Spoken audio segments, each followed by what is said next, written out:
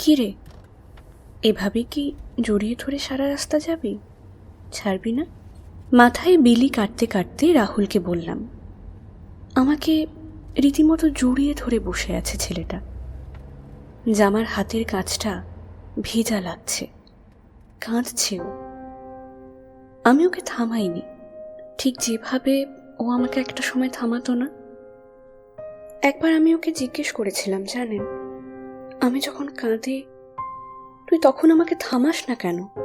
ও আকাশের দিকে তাকিয়ে বলেছিল, আমার কি মনে হয় জানিস তো শিলু, কেউ কাঁদলে তাকে কাঁদতে দেওয়া উচিত। কান্না জিনিসটা চেপে রাখলে সেটা পাথর হয়ে যায়। আরে শুনিসনি আমাদের মা কাকিমারা বলে কান্নাই পাথর হয়ে যাওয়া, ব্যাপারটা ঠিক সেরকম। আর সবাই না কাউকে জড়িয়ে ধরে কাঁদার মতো মানুষ পায় না। যারা পায় তারা খুব লাকি। তাদের তো অবশ্যই কান্না পেলে কাঁদা উচিত। কথাটা আমার খুব ভালো লেগেছিল। এর আগেও রাহুল আমার সামনে অনেকবার কেঁদেছে, কিন্তু এভাবে নয়। কোনোবারই আমি ওকে থামাইনি। ওর সব কথাই আমার খুব ভালো লাগতো। মাঝে মধ্যে আমি হা করে ওর দিকে তাকিয়ে শুধু ওর কথা শুনতাম। মুগ্ধতা নামক অনুভূতিটা ঠিক কি তখন বুঝতাম। আর সেই সব কথাগুলো আমার মাথার মধ্যে গেঁথে গেছে। ছেলেটা এতটাই ম্যাজিক্যাল। প্রায় 15 মিনিট পর রাহুল চোখ তুলে তাকালো। ওর চোখের জল শুকিয়ে তখন বাষ্প হয়ে গেছে। আমার দিকে একবার তাকিয়ে আবার আমার কাঁধে মাথা রাখলো। না, আর কান্নাকাটি করলো না, কিন্তু ও কিছু বললও না। আমি আর জোর করিও নি, শুধু ওর চুলে বিলি কেটে দিতে দিতে চোখ বুঝলাম। গাড়ি এয়ারপোর্ট চত্বর ছাড়ল। একটা দীর্ঘশ্বাস ফেললাম ওর চুলের ওপরে। চোখের সামনে পুরনো দিনগুলো ছায়া ছবির মতো ভেসে উঠল। আমার এই ক্ষুদ্র জীবনে আমি একটা জিনিস লক্ষ্য করেছি, জানেন তো, আমাদের জীবনের যদি 50% দুঃখ থাকে, তাহলে বাকি 50% সুখ থাকতে বাধ্য। মানে বলতে চাইছি, জীবনটা শুধুই দুঃখের অক্ষর দিয়ে লেখা নয়। আর হ্যাঁ, অনেক সময় দুঃখের আড়ালে সুখ লুকিয়ে থাকে। সেটা খুঁজে নেওয়ার চোখ থাকতে হয়, বা খুঁজে নিতে হয়।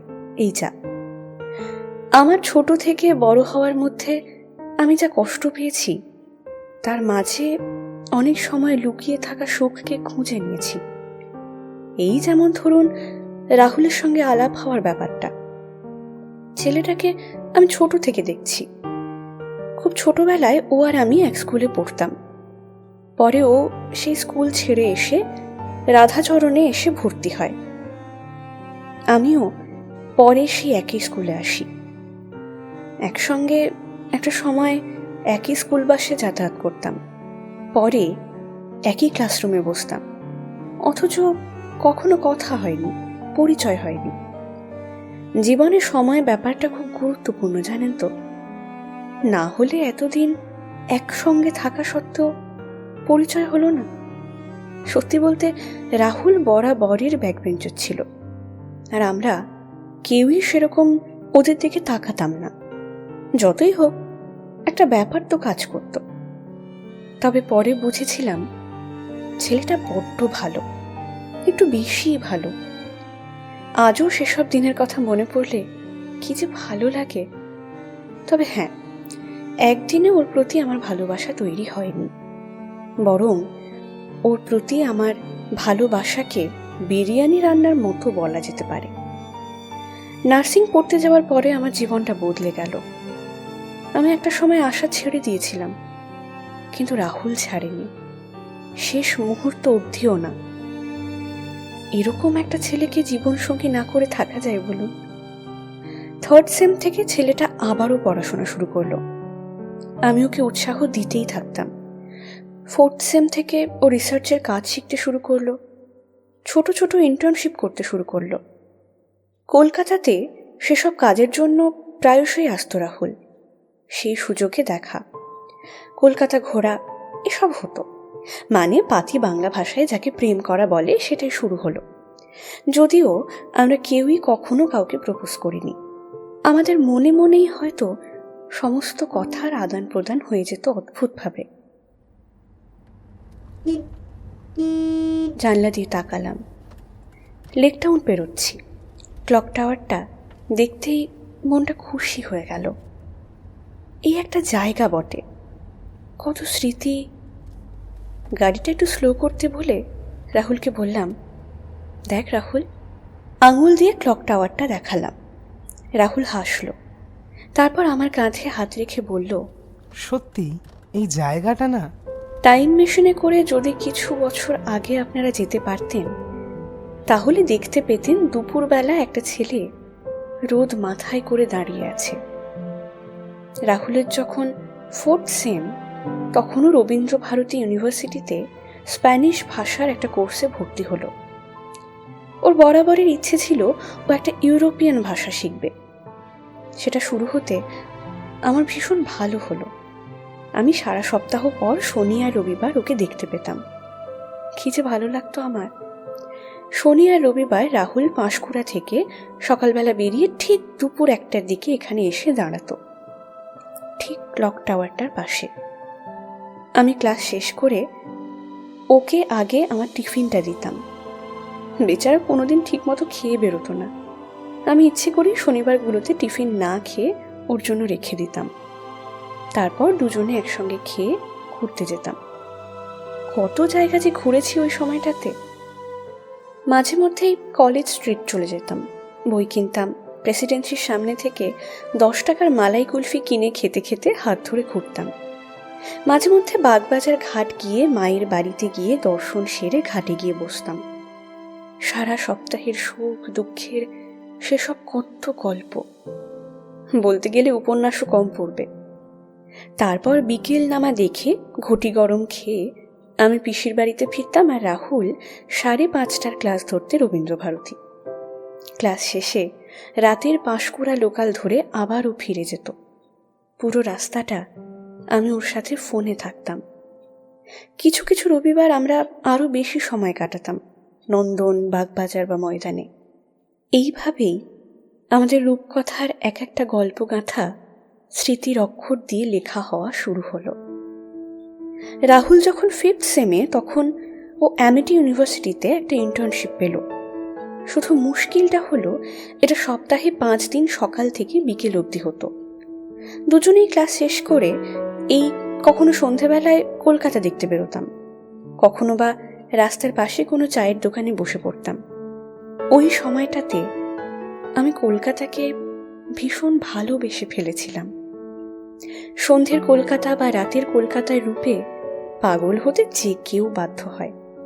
ভিক্টোরিয়া থেকে হেঁটে হেঁটে বেরিয়ে যখন বিড়লা তারামণ্ডলের রাস্তা দিয়ে যেতাম, সেই হলুদ ভ্যাপার আলোর ফোঁটা যখন এসে রাহুলের ঘাম ভেজা মুখে পড়ত, তখন ওকে আরো কাছে পেতে ইচ্ছে হতো। কিন্তু লোক ভর্তি রাস্তায় ভীতু আমি কখনো সাহস করে উঠতেই পারলাম না। শুধু মুগ্ধ হয়ে দেখতাম ওকে, আর ভাবতাম কবে ও আমার হবে, কবে আমি ওকে আমার করে একান্তে পাবো। ভালোবাসা বড় অদ্ভুত না? এই একটা সাধারণ ইচ্ছে পূরণ করার অপেক্ষা করেই আমার কতগুলো বছর পেরিয়ে গেল। অপেক্ষা আমাদের দুজনের সম্পর্কের অন্যতম সঙ্গী। কত দুপুর রোদ মাথায় করে ছেলেটা আমার জন্য অপেক্ষা করে থেকেছে। কত সন্ধে জাস্ট একটু দেখা করার জন্য আমি অপেক্ষা করে থেকেছি। কত রাত একটা ফোন কলের জন্য আমি অপেক্ষা করে থেকেছি ও বিদেশ যাওয়ার পর। আমি আনমনে রোজ রাতে ব্যালকনি থেকে কখনো কলকাতার বা কখনো গুজরাট বা কখনো উড়িষ্যার রাত নামা দেখতে দেখতে অপেক্ষার স্বরলিপি আউড়ে গেছি।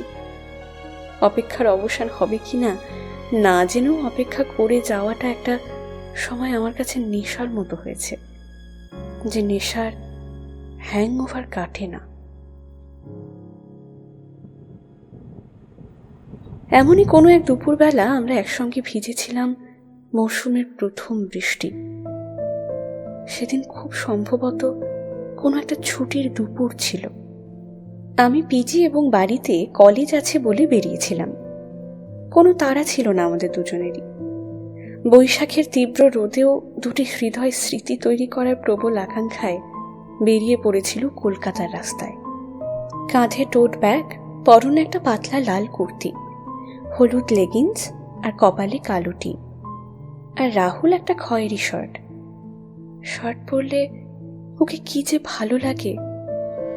উত্তর কলকাতার কিছু রাস্তায় ঘুরে হুট করে ইচ্ছে হলো কলেজ স্ট্রিট যেতে। কিছু বই কিনবো ভাবলাম, তার সঙ্গে প্যারামাউন্টের শরবত খাবো, এরকম একটা প্ল্যান ছিল। এমজি রোড মেট্রো স্টেশন থেকে বেরিয়ে দেখলাম মেঘ করেছে। মেঘ করলে আমার ভালো লাগে এমনিতেই। তাছাড়া কলকাতার ভয়ানক গরম থেকে স্বস্তির নিঃশ্বাস পেতে আমাদের একমাত্র ভরসা হলো বৃষ্টি। মেট্রো থেকে বেরিয়ে রাহুলের হাত ধরে হাঁটতে হাঁটতে আমি বললাম, আচ্ছা তুই আমাকে এতটা ভালোবাসলি কেন? আমার চোখের দিকে তাকিয়ে রাহুল বলেছিল, তোকে ভালোবাসতেই তো জন্মেছিলাম, তাই। তারপর ও গুনগুন করে একটা গান ধরেছিল। আমি মুগ্ধ হয়ে শুনেছিলাম ওর গান। কি ম্যাজিক্যাল ছেলেটা। মাঝে মধ্যে মেঘের গর্জন সঙ্গত করছিল সেই গানের। জন্মেছি আমি আগেও অনেক, মরেছি তোমারই কোলে, মুক্তি পাইনি শুধু তোমাকেই আবার দেখবো বলে। বারবার ফিরে এসেছি আমরা এই পৃথিবীর টানে, কখনো গাঙর কখনো কোপাই কপোতাক্ষর গানে। গাঙর হয়েছে কখনো কাবেরী, কখনো বা মিসিসিপি, কখনো রাইন কখনো কঙ্গো, নদীদের স্বরলিপি।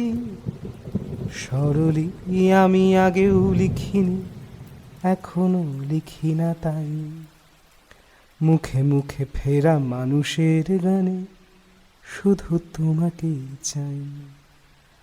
অমরত্বের প্রত্যাশা নেই কোনো দাবি দাওয়া, এই নশ্বর জীবনের মানে শুধু তোমাকেই চাওয়া। গানের মাঝখানে নেমেছিল অঝোর বৃষ্টি। ব্যস্ত কলেজ স্ট্রিট হঠাৎ থমকে গেছিল। দোকানদারগুলো বই বাঁচাতে ত্রিপল দিয়ে ঢাকছিল বইগুলো।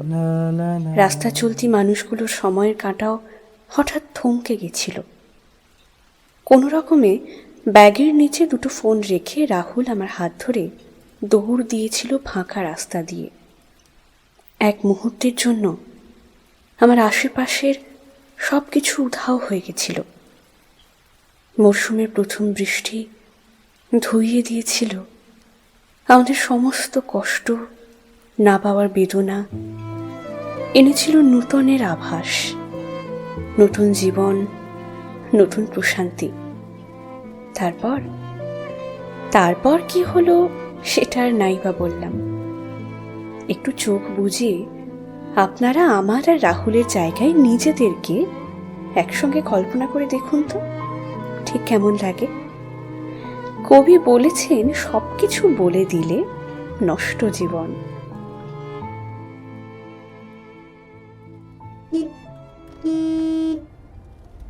কিরে, তুই কি পুরো রাস্তাটা এভাবেই যাবি? মাথায় বিলি কেটে দিতে দিতে বললাম। গাড়ি বেলিঘাটা ক্রসিংয়ে এসে দাঁড়িয়েছে। প্রচণ্ড ব্যস্ত ট্রাফিক। এতক্ষণে আমার কথা শুনে রাহুল মাথা তুলে হাসল। তারপর দুহাত দিয়ে ঘুম চোখ দুটো একবার কচলে নিয়ে বলল,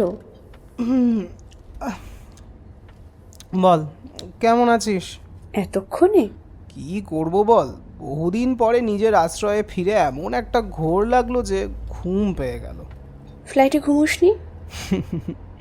না রে, স্মৃতিদের বিদ্রোহ শুরু হয়েছিল তো, তাদের দাবি মানতে মানতেই তো পুরো জার্নিটা শেষ হয়ে গেল। বুঝলাম। আচ্ছা শোন না, একবার চল না প্রিন্সেপ ঘাট যাই। চল, সন্ধেও তো হচ্ছে, ভালো লাগবে। কিন্তু লাগেজ? আরে শুভর ফ্ল্যাটে রেখে দেব, ওকে এমনিতেও বলা আছে। অতঃপর গাড়ি বাঁক নিল ডান দিকে। রাহুল একমনে জানলা দিয়ে দেখছে। উফ, আমার কি যে ভালো লাগছে। একই আছে জায়গাগুলো। জানিস, সারা পৃথিবীতে এত শহরে গেলাম, অথচ আজও আমার কাছে সেরা শহর কলকাতা। তাই? কিন্তু কলকাতার থেকে উন্নত শহর তো আরও আছে।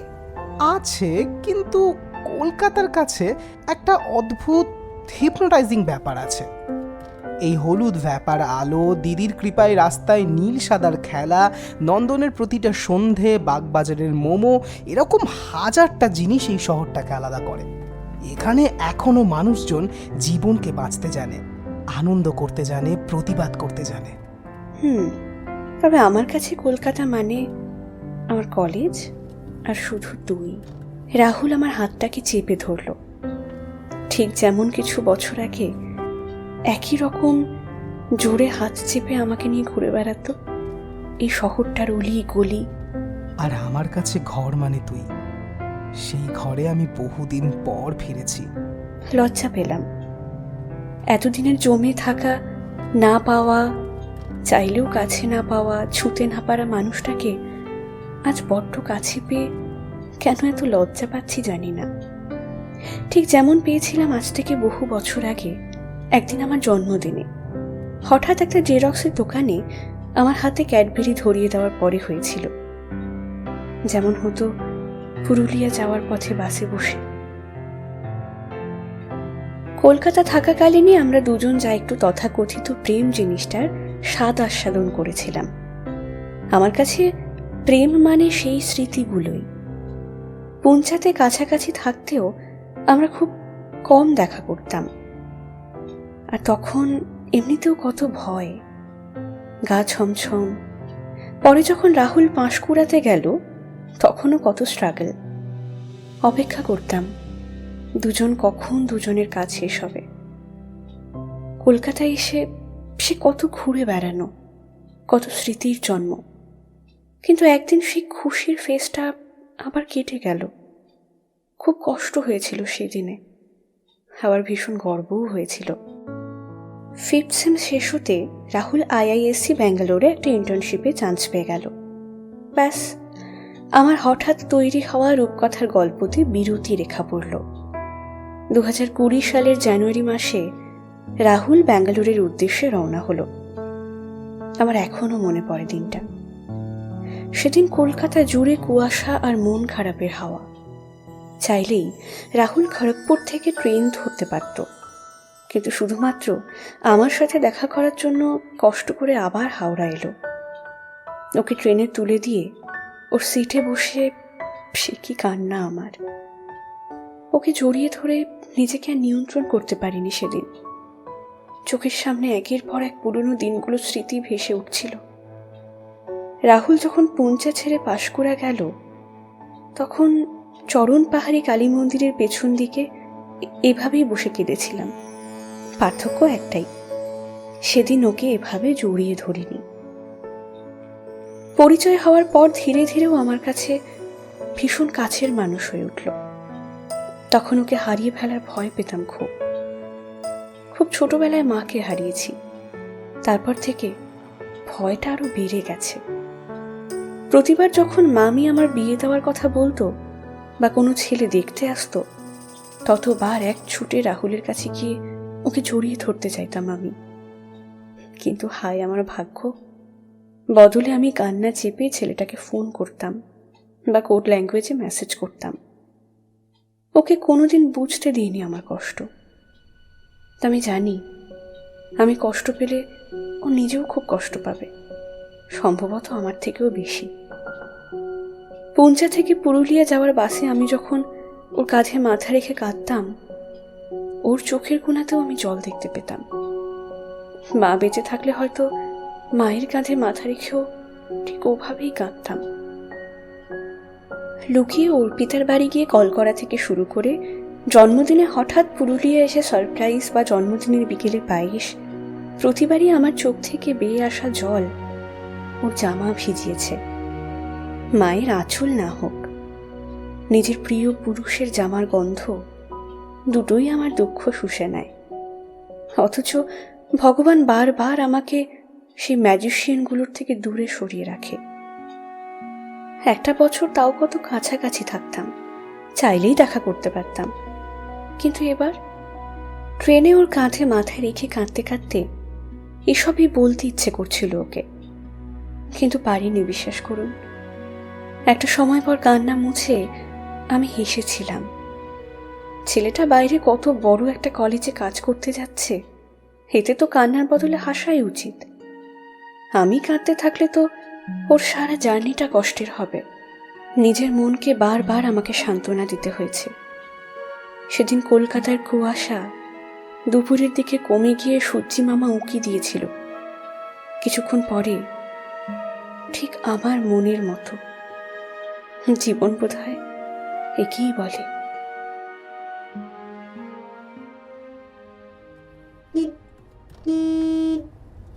তোর শরীরটা ঠিক লাগছে তোরে? এত দূরের পথ। তোকে আনমোনা লাগছে। পুরনো কথা মনে পড়ছে। হ্যাঁ রে, কোনোদিন একসাথে থাকতে পারবো তো আমরা? পারবো। হয়তো। আর মন খারাপ করে না। ওই দেখ, আমরা প্রায় চলেই এলাম। আমি আবার জানলা দিয়ে তাকালাম। এখন রাহুলের চোখের দিকে তাকালেই আমি কেঁদে ফেলবো। অথচ এই গাড়ির মধ্যে আমি কাঁদতে চাই না। ওর কাঁধে মাথা দিতে ও আমার দিকে বেশ অনেকটা সরে এলো। চোখ বুঝতেই আবার পুরনো দিনের স্মৃতিগুলো ছায়াছবির মতো ভেসে উঠল। মার্চ মাসে লকডাউন পড়তে রাহুলকে ব্যাঙ্গালোর ছেড়ে তড়িঘড়ি চলে আসতে হলো। আমাকেও বাড়ি যেতে হলো, কিন্তু মনটা ভালো থাকলো না। দুজনকেই কোয়ারেন্টাইনে থাকতে হলো 21 দিন। তারপরেও কাছাকাছি থেকেও দেখতে পেলাম না, শুধু ফোনে কথা হতো। এই যা, কি অদ্ভুত বাজে সময়, বাপরে বাপ। মনে পড়লেও বিরক্ত লাগে। এর মাঝে রাহুলের গ্র্যাজুয়েশন কমপ্লিট হলো। ভীষণ ভালো নম্বর পেয়ে গ্র্যাজুয়েশন শেষ করে ওর এবার মাস্টার্স করতে যাওয়ার পালা। তখন পুরো লকডাউন, কিন্তু ওর বরাবরের ইচ্ছে ছিল বাইরে মাস্টার্স করতে যাবে। আনলক ফেজ যখন শুরু হলো তখন ওর এন্ট্রান্স এক্সাম পড়লো পন্ডিচেরি ইউনিভার্সিটির। রাহুলের বাবা নিষেধ করলো এক্সাম দিতে যেতে। কেবল আনলক শুরু হয়েছে, কোভিড ধরা পড়লেই হাসপাতালে পাঠিয়ে দেওয়া হচ্ছে। আর হাসপাতালের অবস্থাও ভালো না। সবচেয়ে বড় কথা, ট্রেন চলছে না, আর সিট ছিল মাত্র 40টা। আমিও একবার নিষেধ করলাম, কিন্তু রাহুল ওর সিদ্ধান্তে অনড়। এক্সামও দেবেই। যেদিন ও বাড়ি থেকে বেরোয় সবার কি কান্না, আমিও কেঁদেছিলাম। ছেলেটা যেন সাবধানে ফিরে আসে, তাতে পরীক্ষা দেওয়া হোক বা না হোক। পেপার বহনকারী গাড়িতে করে কলকাতায় পরীক্ষা দিতে গিয়েছিল ছেলেটা। সেদিনই বুঝেছিলাম এই ছেলে একদিন অনেক উঁচুতে যাবে। তারপর আর কি, আমরা আবার একদিন সবাই কাঁদলাম যেদিন রাহুল ওর স্বপ্নের ইউনিভার্সিটিতে, ওর স্বপ্নের বায়ো ইনফরমেটিক্সে চান্স পেয়ে গেল। তারপর ওর জীবনটা স্বপ্নের মতোই বটে। লকডাউন শেষ হতে আমি আবার কিছুদিন পরে ফিরলাম কলেজে। ওর কলেজ প্রথম সেমে অনলাইন হলো। 2021 জানুয়ারিতেও প্রথমে রাজস্থান, তারপরে এইমস দিল্লিতে চলে গেল রিসার্চ ইন্টার্ন হয়ে। এভাবেই শুরু হলো আমাদের লং ডিস্টেন্সের কাহিনী। আজ এত বছর লং ডিস্টেন্স সম্পর্ক কাটিয়ে যখন কেউ আমাকে জিজ্ঞেস করে তোদের সিক্রেটটা কি, তখন আমি একটাই কথা বলি, ভালোবাসা, আর কিচ্ছু না। বিশ্বাস করুন, শুধু ওটা থাকলেই বিশ্বাস ভরসা সব আপনা আপনি চলে আসে। আমাদের সম্পর্কের মাঝে কত মেয়ে রাহুলকে প্রপোজ করেছে বা কত ছেলে আমাকে ঝাড়ি মেরেছে, কিন্তু কোনো কিছুই আমাদের সম্পর্কের উপর কোনো এফেক্ট ফেলতে পারেনি। ভালোবাসা থাকলে সব সম্ভব। পৃথিবীর সবচেয়ে পবিত্র এবং শক্তিশালী শব্দ। 22 সালের শেষের দিকে আমার নার্সিং কোর্স শেষ হয়, আর রাহুলেরও অবশেষে পন্ডিচেরির পর্ব শেষ হয়। তারপর আমি চাকরি নিয়ে চলে যাই গুজরাট, আর রাহুল হায়দ্রাবাদ। কর্মজীবন শুরু হওয়ার পর আর দুজনকে সেভাবে সময় দিতে পারতাম না। খুব কষ্ট হলেও মেনে নিতাম। এর পরের অধ্যায়টা আপনাদের এক লাইনে বলতে পারি, কিন্তু সেই অধ্যায়টা আমার জন্য ভীষণ কষ্টদায়ক ছিল। মাস্টার শেষ হতে ওর ইউনিভার্সিটি থেকে ক্যাম্পাসিং শুরু হলো। ও একদিন আমায় হঠাৎ প্রশ্ন করলো যে ক্যাম্পাসিংয়ে বসবে কিনা। আমি যদি বলি চাকরি করতে, তাহলেও চাকরি নিয়ে নেবে। এমনিতে গ্র্যাজুয়েশনে পড়াকালীন ও কম চেষ্টা করেনি চাকরি নিয়ে। তখন না হলেও এবারও কনফিডেন্ট যে ভালো একটা কিছু পেয়ে যাবে। আমার তখনও বিয়ের সিদ্ধান্ত নিতে দেরি ছিল, আর বাড়ি থেকে চাপ ছিল না।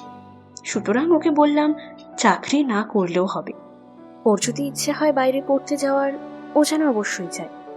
আমি অপেক্ষা করি। অতঃপর ও সিদ্ধান্ত নিল বাইরে পিএইচডি করতে যাবে। রাহুলের সঙ্গে দেখা সেরকম আর হতো না। এমনকি বহুদিন এমন হয়েছে আমাদের কথাও হয়নি। আমার নাইট ডিউটি থাকলে আমি কথা বলতে পারতাম না, আর ছুটির পর দিনের বেলা ওর কলেজ। ভগবান কোনোভাবেই দুজনের সময়কে এক সূত্রে বাঁধত না। পিএইচডি করার কিছুদিন আগে ও আইআইটি হায়দ্রাবাদ একটি প্রজেক্টে চলে গেল। মানে আর দুজনের কলকাতাও আসা হতো না, বাড়িও না। জন্মদিন বা অন্য কোনো স্পেশাল দিনগুলোতে কষ্ট চরমে পৌঁছত। কিন্তু কি করব বলুন, জীবন। যত আমরা বড় হই, জীবন তত আমাদেরকে কষ্ট দিতে শুরু করে। ক্যারিয়ারের জন্য এসব আপনাদের দুজনকেই মেনে নিতে হয়েছিল। আপনারা যে রাহুল শিলুর স্কুল জীবনের কাহিনী প্রথম দিকের পর্বগুলোতে শুনেছিলেন, সেই রাহুল শিলু আর ছিল না। তারা কবেই যেন সোমনাথ দত্ত আর শিল্পা দা হয়ে উঠেছিল। আর এই যাত্রাপথে আমরা হারিয়েছিলাম আমাদের ছোটবেলার টিউশন যাওয়ার কুয়াশা মাখা ভোরবেলা, বা কলেজ জীবনে কলকাতার রাস্তায় ঘুরে বেড়ানো। 23 মার্চের দিকে রাহুল সাউথ কোরিয়ার পুসান ইউনিভার্সিটিতে বায়ো ইনফরমেটিক্সে পিএইচডিতে চান্স পেয়ে যায়। আর তারপরেই আমাদের দুজনের দেখা হওয়ার ইতিরেখা আসে আমাদের রূপকথার গল্পে। ঠিক 2 বছর আগে এরকমই একদিনে ও দেশ ছেড়ে চলে গিয়েছিল। আমি তখন চাকরির জায়গায়, ওকে ছাড়তেও যেতে পারিনি এয়ারপোর্ট। প্রচণ্ড কান্না পেল, সেদিন আর কাঁদতে পারিনি। প্রিয় মানুষের বিদেশ চলে যাওয়াতে যে গর্ব মিশে থাকে, সেই গর্ব ঢেকে দেয় আমাদের দুঃখ, কষ্ট আর না পাওয়াগুলোকে। খুব মন খারাপ নিয়ে আমি ওকে ফোন করেছিলাম, বিদেশে গিয়ে আমাকে ভুলে যাবে না কিন্তু। মরে গিয়েও তোকে ভুলবো না, আর বিদেশ গিয়ে তো ছেড়েই দে। 7 জন্মেও তোকে ছেড়ে আমি অন্য কারোর দিকে তাকাবো না। তবে 7 জন্ম পর কি হবে কে জানে।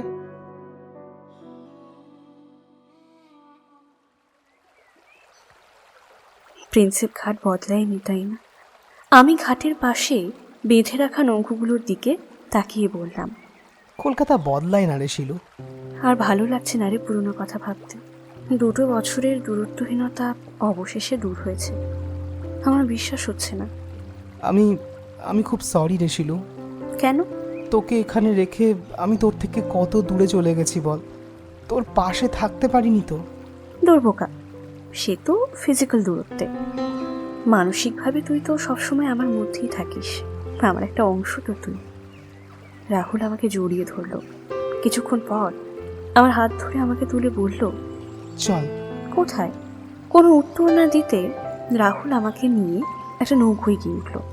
তারপর মাঝিকে কি যেন বলে আমাকে বলল, ভয় পাবি না তো, অনেক দূরে নিয়ে যাবে কিন্তু। আমিও চোখের দিকে তাকিয়ে বললাম, তুই থাকলে মৃত্যুতেও ভয় করে না আমার।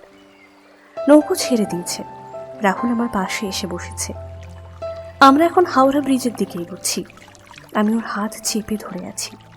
হঠাৎ ও আমার হাত ছেড়ে দিয়ে বলল, দাঁড়া। বলে ব্যাগ থেকে কিছু একটা বের করে আমার দিকে হাঁটু মুড়ে বসে বলল, আমাকে বিয়ে করবি? আমি আস্তে আস্তে বললাম, ওরে হরি, তোমার পেটে তাহলে এই ছিল? আরে করবি কি না বল। একটা ক্যাডবেরি সিল্ক দিলে ভেবে দেখব। এই রে, সেসব তো লাগেজে আছে, হ্যান্ডব্যাগে তো রাখিনি। না, এমনিভাবে দিলে হবে না। মানে? সেই পুঞ্চার জেরক্সের দোকানে আমাকে ডেকে এনে দিতে হবে। আচ্ছা বেশ, দেখবো ক্ষণে, কিন্তু এখন এটা তো নে। কি এটা? দেখ না খুলে। আমি ওর হাত থেকে জিনিসটা আমার হাতে নিলাম। বস বস তুই, এখন অনেক হয়েছে প্রপোজ করা, এবার তোর হাঁটুতে লাগবে। রাহুল আমার সামনে বসলো। আমি রঙিন কাগজে মোড়ানো জিনিসটা খুলে দেখলাম একটা চশমার ফ্রেম। প্রথমে অবাক হলাম, পরে বিস্মিত। প্রথমে বুঝতে না পারলে পরে বুঝে ওকে জড়িয়ে ধরলাম। তারপর কানে কানে বললাম, করব, তোকে ছাড়া কাকে করবো বল? সেই 11 থেকে তোকে বিয়ে করার স্বপ্ন দেখি, তোকেই করব। আমি কেঁদে ফেলেছি। আমার কান্নার একটা ফোঁটা দিয়ে পড়েছে আমার হাতে থাকা ওর দেওয়া চশমার ফ্রেমের উপর। অবিকল এক দেখতে একটা চশমা, যেটা আজ থেকে বহু বছর আগে কোনো এক বিকেলবেলা একটা চঞ্চল কিশোরের মারা বলে ভেঙে গিয়েছিল। সেই ছেলেটার সঙ্গে আজকের এই ছেলেটার একটাই পার্থক্য, সেই ছেলেটা তখন জিনিস ভাঙতো আর আজ সে সব কিছু করতে পারে, ঠিক আমার স্বপ্নগুলোর মতন। সেদিনের সেই কিশোর চঞ্চল রাহুল আজ বিজ্ঞানী সোমনাথ দত্ত, যাকে পৃথিবীর নাম করা তরুণ বিজ্ঞানীদের একজন হিসেবে গণ্য করা হয়। আর কিছু ভাবতে পারলাম না।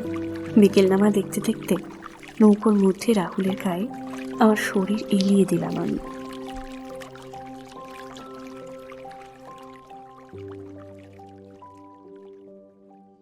এই যে আপনারা চলে এসেছেন। হ্যাঁ হ্যাঁ, আপনাদেরকেই বলছি। জানেন তো, আজ বহু বছর পর আমার স্বপ্ন পূরণ হচ্ছে। আজ অবশেষে আমার আর শিলুর এনগেজমেন্ট হলো। সামাজিক বিয়ে পিএইচডি কমপ্লিট করে করব। আপাতত রেজিস্ট্রি ম্যারেজ, মানে অফিসিয়ালি শিল্পা দা আজ থেকে আমার বউ। উফ, কি যে আনন্দ হচ্ছে কি বলি। শৈশাবুদ হওয়ার পর তো লালু রীতিমতো সিটি দিয়ে চেঁচিয়ে উঠল। তারপর আমাকে মাথায় তুলে নাচলো ওরা। বাড়ির সবার তো আর হাসি ধরে না। আরে ভাই, আজ আমার খুব দুঃখ রে, অবশেষে তুইও কিনা হাঁড়ি কাঠে গলা দিলি। লালু ছেলেটা বদলায়নি জানেন তো। ওর এই কর্মকাণ্ড দেখে সবাই হেসে উঠল। আমার সব বন্ধু শুভাকাঙ্ক্ষীরা, মানে যাদেরকে আপনারা এই 5টা পর্ব, আরে থুড়ি 6টা পর্ব ধরে শুনেছেন, সবাই এসেছে। আমাদের কাহিনীর শেষের দিকটা আপনাদের বোরিং লাগলো কিনা জানি না। আসলে শিলুকে পাওয়ার সব স্ট্রাগল যখন শেষ হলো, তখন শুরু হলো জীবনের সংগ্রাম। আর ওই সময়টাতে দুজন দুজনের পাশে না থেকেও মানসিকভাবে ছিলাম। আর সেটাই আমাদের কাহিনীর সবচেয়ে দামি মশলা। একদিন হঠাৎই মনে হয়েছিল আমাদের জীবনটাকে তো গল্পের মতো করে আপনাদেরকে শোনানোই যায়, তাই না? তখনই মনে পড়েছিল কল্পনাবিলাসীর কথা। টিম কল্পনাবিলাসীর 3 জন, মানে বিপ্রদীপ, সৌমাভ আর সৌভিক, ওরা আমার পাঁশকুড়ার জুনিয়র ছিল। ওদেরকে বলতেই তো ওরা রাজি। যদিও অনেক কিছু বলা বাকি রয়ে গেল জানেন তো। পন্ডিচেরির গল্প, কোরিয়ার গল্প, আইআইএসসি এইমসের গল্প কিছুই তো বলাই হলো না। যাই হোক, আপাতত আমাদের সময় ফুরলো। বহু মাস ধরে আপনারা আমাদের সঙ্গে আছেন, এটা ভেবেই খুব ভালো লাগছে। আর বিশ্বাস করুন, এই কাহিনীর একটা শব্দও কিন্তু কাল্পনিক নয়। হ্যাঁ, মাধ্যমিকে 55% নাম্বার পাওয়া ছেলেটার নাম আজ সত্যি সত্যি খবরের কাগজে ওঠে, হ্যাঁ, তার কাজের জন্য। কি অদ্ভুত না? শিলু না এলে হয়তো নিজেকে চিনতেই পারতাম না। অনেক কিছু আপনাদেরকে বলতে ইচ্ছে করছে জানেন তো। কত কথাই তো বাকি রয়ে গেল। হয়তো আবার কখনো আপনাদের সঙ্গে আমাদের কথা ভাগ করে নেব। যাই হোক, এনগেজমেন্ট তো হয়ে গেল। বিয়েতে আপনারা কিন্তু আসবেন। হ্যাঁ, পুঞ্চাই নেমে জিজ্ঞেস করবেন রাহুলের বাড়ি কোনটা, সবাই দেখিয়ে দেবে। দেখবেন বাড়ির ভেতর একটা গুদাম ঘরে আজও একটা ক্রিকেট ব্যাট ধুলো মেখে পড়ে রয়েছে। পারলে গিফট হিসেবে ওটাই ধুলো ঝেড়ে আমাকে দিয়ে যাবেন, আমি খুব খুশি হব। যাই হোক, বিভিন্ন ব্যক্তিগত সমস্যার কারণে বিপ্রদীপের আমাদের কথা লিখতে খুব দেরি হয়েছে, এবং পর্বগুলো বিশেষ করে 4র্থ এবং 5ম পর্ব আসতে খুবই দেরি হয়েছে। টিম কল্পনাবিলাসী তার জন্য দুঃখিত। এই দেখুন, কথাতেই কথা বাড়ে, শেষ করতে আর ইচ্ছেই করছে না, কিন্তু শেষ তো করতেই হবে। যাই হোক, এবারের মতো বিদায় জানাচ্ছি। আমাকে আবার লালু ডাকছে, ওরা যেন কি দাবি করছে। যাই দেখি পকেট থেকে কত টাকা ধসে। তাড়াতাড়ি সব কিছু সেরে আবার কোরিয়া ফিরতে হবে। এখানে সংসার শুরু করে আমাকে ওখানে গিয়ে আবার বিভিন্ন ব্যাকটেরিয়া ভাইরাসের সংসারের খবর নিতে হবে। যাই হোক, অনেক কথা জমে রইল। হ্যাঁ, আবার কখনো কোনো আসরে স্মৃতির বিদ্রোহ বাঁধ যদি না মানে, তখন আপনারা তো আছেনই, আপনাদেরকে আবার শোনাবো। ততদিন কিন্তু ভালো থাকবেন। আর হ্যাঁ, কল্পনাবিলাসীর সঙ্গে থাকবেন। টাটা।